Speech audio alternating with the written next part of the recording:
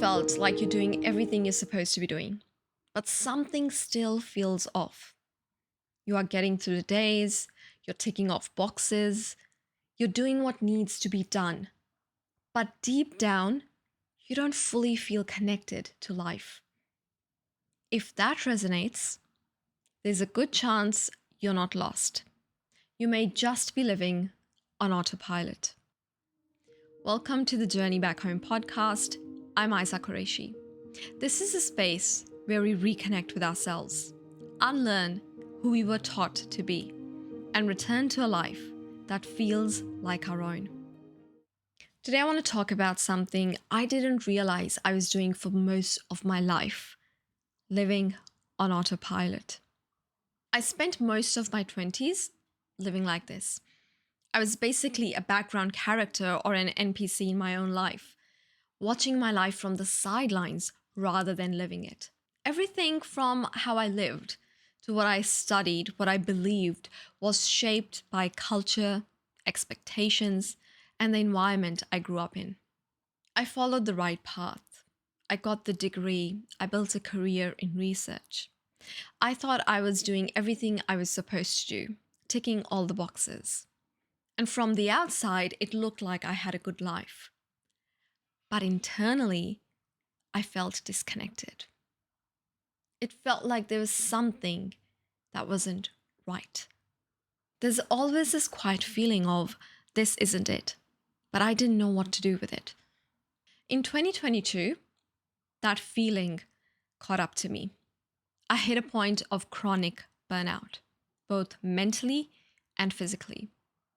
I was chronically depressed. I had migraines. My whole body felt like it was shutting down. Every morning when the alarm rang, I felt like I was pinned to the bed. I was socially isolated. My work, my health deteriorated. Everything went up in flames. And that's when I realized I had to stop. And in that pause, I realized something that was quite uncomfortable. I hadn't been living my own life. I was following a script.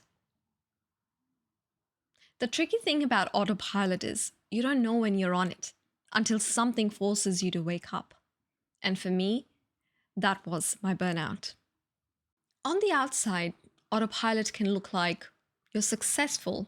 You have the job, the lifestyle, the relationships. You've done everything you were supposed to.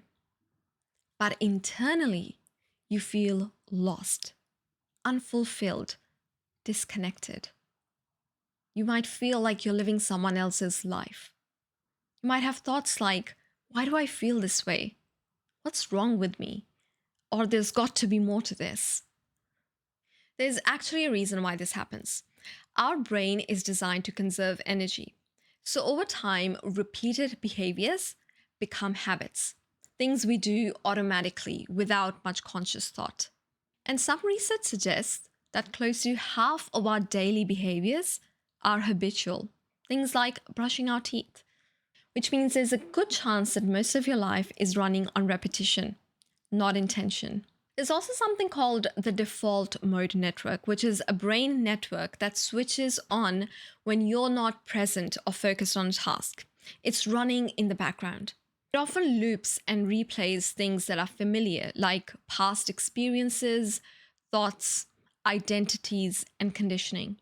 So if you've been taught who to be and you never really questioned it, your mind may keep replaying that version of you. And then there's an emotional side to it. If you grew up in an environment where it wasn't safe to express yourself, your wants and needs weren't heard, your nervous system learns to adapt. You learn to suppress yourself, to disconnect, and go numb. It's not because there's something wrong with you, but it's because your brain is trying to protect you.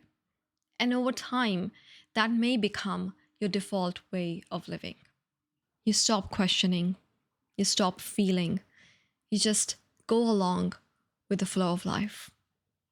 So if you're in this right now, I want you to know you're not lazy, you're not undisciplined, and there's nothing wrong with you. You've been conditioned. Your brain and body is in survival mode, and you've learned to abandon yourself just to belong. And the moment you start to see it, you stop living on autopilot. You stop living passively. You start questioning. You start choosing differently. And slowly, over time, you return back to yourself. For me, change began with three things: awareness, acceptance, and action. Awareness of realizing what is actually happening. The moment of experiencing that burnout, when my body was mentally and physically breaking down, realizing that this is not the life that I want, and accepting that all this time while I've been living on autopilot, my brain has been in survival mode. It's been trying to protect me. It wasn't that there was something wrong with me. It's very important to learn not to shame or blame yourself or to even judge yourself. And the third thing is action. Taking action towards what's important to you, what's meaningful to you. And it could be something very small, such as saying no, such as writing that resignation email. It's having a conversation. It's choosing differently. If you're listening to this, I want you to sit with two questions.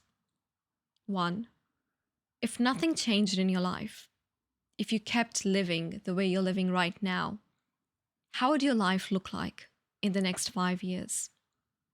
And if fear was not a factor, it wasn't an obstacle, what would you truly want?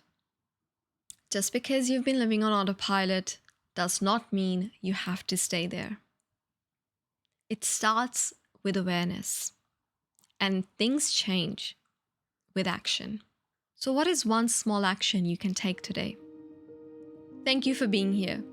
If this resonated with you, share it with someone who might need to hear it too. I'll see you in the next episode.